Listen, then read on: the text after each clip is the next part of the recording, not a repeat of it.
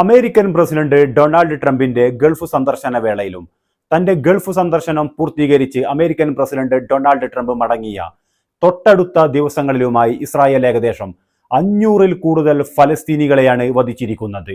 അമേരിക്കയുടെ സാമ്പത്തികവും രാഷ്ട്രീയവും സൈനികവുമായ സഹായമുള്ളതുകൊണ്ട് മാത്രമാണ് ഇസ്രായേൽ ഗസയിൽ ഇത്തരത്തിലുള്ള കൂട്ടക്കൊലകൾ തുടർന്നുകൊണ്ടിരിക്കുന്നത്. മിഡിൽ ഈസ്റ്റിൽ ഇസ്രായേൽ എന്ന രാഷ്ട്രം നിലനിൽക്കുന്നത് തന്നെ അമേരിക്കയുടെ സഹായമുള്ളതുകൊണ്ടാണ്. അമേരിക്കയുടെ സഹായമില്ലാതെ മിഡിൽ ഈസ്റ്റിൽ ഇസ്രായേൽ എന്ന രാഷ്ട്രത്തിന് നിലനിൽക്കാൻ സാധിക്കില്ല എന്നത് ആരേക്കാൾ കൂടുതൽ ഇസ്രായേലിന് തന്നെ നന്നായിട്ടറിയാം.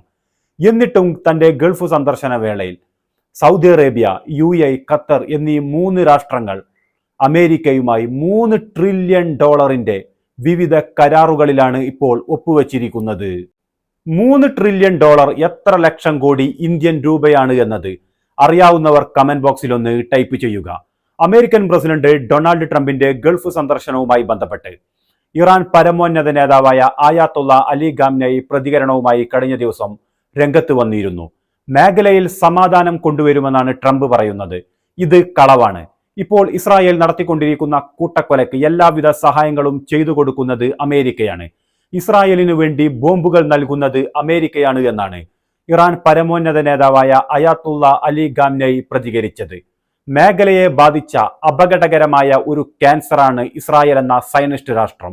ഇറാൻ അതിനെ വേരോടുകൂടി പിഴുതെറിയുമെന്നാണ് ഇന്നലെ ഇറാൻ പരമോന്നത നേതാവായ ആയാത്തുള്ള അലി ഖാംനെയി ടെഹ്റാനിൽ വെച്ച് പ്രഖ്യാപിച്ചത്. ഇറാൻ പരമോന്നത നേതാവ് ആയാത്തുള്ള അലി ഖാംനെയി ഈ അടുത്തിടെ ഇസ്രായേലിനെതിരെ നടത്തിയ ഏറ്റവും രൂക്ഷമായ പ്രതികരണമാണ് ഇന്നലെ ഇറാൻ തലസ്ഥാനമായ ടെഹ്റാനിൽ വെച്ച് നടത്തിയത്. ഇതിനു പുറമെ ഇറാൻ പ്രസിഡന്റായ മസൂദ് പെഷസ്കിയാൻ ഇന്നലെ അമേരിക്കക്കെതിരെ രംഗത്ത് വന്നിരിക്കുകയാണ്. ട്രംപിന്റെ വിരട്ടലൊന്നും ഇറാനോട് വേണ്ട. ഇറാൻ ആരോടും യുദ്ധം ആഗ്രഹിക്കുന്നില്ല. സമാധാനവും സന്ധിയുമാണ് ഇറാൻ ആഗ്രഹിക്കുന്നത്. പക്ഷേ തങ്ങളുടെ ആണവ പദ്ധതികൾ ഒരിക്കലും അവസാനിപ്പിക്കില്ല എന്നാണ് ഇറാൻ പ്രസിഡന്റ് മസൂദ് പെഷസ്കിയാൻ അമേരിക്കക്ക് മറുപടിയുമായി രംഗത്ത് വന്നിരിക്കുന്നത്. ഇറാൻ നേവിയുമായി ബന്ധപ്പെട്ട ഒരു പരിപാടിക്കിടെ ബന്ദർ അബ്ബാസിൽ വെച്ചാണ് ഇറാൻ പ്രസിഡന്റ് മസൂദ് പെഷസ്കിയാൻ ട്രംപിന് മറുപടി നൽകിയിരിക്കുന്നത്. ഇറാൻ നേതാക്കളുടെ പ്രതികരണങ്ങളിൽ നിന്നും മനസ്സിലാക്കാൻ പറ്റുന്നത് ഇറാന്റെ ആണവ പദ്ധതികളുമായി ബന്ധപ്പെട്ട് അമേരിക്കയും ഇറാനും തമ്മിൽ നടത്തുന്ന ചർച്ചകൾ വഴിമുട്ടി എന്നത് തന്നെയാണ്. ഇനി ഇതുമായി ബന്ധപ്പെട്ട് അമേരിക്കയുടെ ഭാഗത്ത് നിന്നുകൂടി പ്രതികരണം വരികയാണ് എങ്കിൽ കൂടുതൽ വ്യക്തത വരുമെന്നാണ് പ്രതീക്ഷിക്കുന്നത്.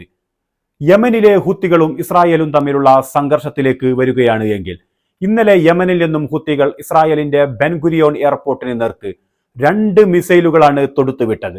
ഇതിനെ തുടർന്ന് ടെല്ലവീവിലെ ബെൻഗുരിയോൺ എയർപോർട്ട് ഇസ്രായേൽ താൽക്കാലികമായി അടച്ചുപൂട്ടുകയും എല്ലാ വിമാന സർവീസുകളും നിർത്തിവെക്കുകയും ചെയ്തു. ഹൂത്തികൾ അയച്ച ഒരു മിസൈൽ ഇസ്രായേലിന്റെ വ്യോമ പ്രതിരോധ സംവിധാനം ഉപയോഗിച്ചുകൊണ്ട് തകർക്കുന്നതിന്റെ വീഡിയോ ദൃശ്യങ്ങളും പുറത്തു വന്നിട്ടുണ്ട്. ഇന്നലെ രാത്രി യമനിൽ നിന്നും ഹൂത്തികൾ ടെല്ലവീവിന് നേർക്കയച്ച 2 മിസൈലുകളും തകർത്തു എന്നാണ് ഇസ്രായേൽ സൈന്യം അവകാശപ്പെടുന്നത്. പതിവ് പോലെ ഇന്നലെയും ലക്ഷക്കണക്കിന് ഇസ്രായേലികളുടെ ഉറക്കമാണ് ഹൂത്തികൾ കെടുത്തിയത്. മധ്യ ഇസ്രായേലിലുടനീളം അപായ സൈറനുകൾ മുഴങ്ങിയതോടെ ലക്ഷക്കണക്കിന് ജനങ്ങളാണ് ബങ്കറുകളിലേക്ക് ഓടിയൊളിച്ചത്. ഇതിനിടെ ബങ്കറുകളിലേക്ക് ഓടുന്നതിനിടെ ഒരു ഇസ്രായേലിക്ക് വീണ് പരിക്കേറ്റു എന്നാണ് ഇസ്രായേലി മാധ്യമങ്ങൾ റിപ്പോർട്ട് ചെയ്യുന്നത്. ടെല്ലവീവിലുള്ള ബെൻഗുരിയോൺ എയർപോർട്ടിന് നേർക്ക് ഹൂത്തികൾ നിരന്തരം മിസൈൽ ആക്രമണം നടത്തുന്നത് വലിയ പ്രതിസന്ധിയാണ് ഇപ്പോൾ ഇസ്രായേലിൽ ഉണ്ടാക്കിയിരിക്കുന്നത്. അമേരിക്ക ഹൂത്തികളുമായി വെടിനിർത്തൽ പ്രഖ്യാപിച്ചതോടുകൂടി ഇസ്രായേൽ ഇപ്പോൾ അക്ഷരാർത്ഥത്തിൽ അകപ്പെട്ടിരിക്കുകയാണ് എന്ന് തന്നെ പറയേണ്ടി വരും. അമേരിക്ക തികച്ചും അപ്രതീക്ഷിതമായി ഹൂത്തികളുമായി വെടിനിർത്തൽ പ്രഖ്യാപിച്ചത് ഇസ്രായേലിനെ സംബന്ധിച്ച് വലിയ തിരിച്ചടിയാണ് ഉണ്ടാക്കിയിരിക്കുന്നത്. ഇസ്രായേലും ഹൂത്തികളും തമ്മിലുള്ള സംഘർഷത്തിൽ ഇസ്രായേലിനെ നേരിടാൻ ഹൂത്തികളുടെ കൈവശം യുദ്ധവിമാനങ്ങളോ വ്യോമ പ്രതിരോധ സംവിധാനങ്ങളോ ഇല്ല എന്നത് വലിയ ഒരു കുറവ് തന്നെയാണ്. പക്ഷേ ഇതിനെല്ലാം മനക്കരുത്ത് കൊണ്ടാണ് ഹൂത്തികൾ മറികടക്കുന്നത്. അമേരിക്കയും ഹൂത്തികളുടെ ഈ മനക്കരുത്തിന് മുന്നിലാണ് പരാജയപ്പെട്ടത് എന്നതാണ് യാഥാർത്ഥ്യം.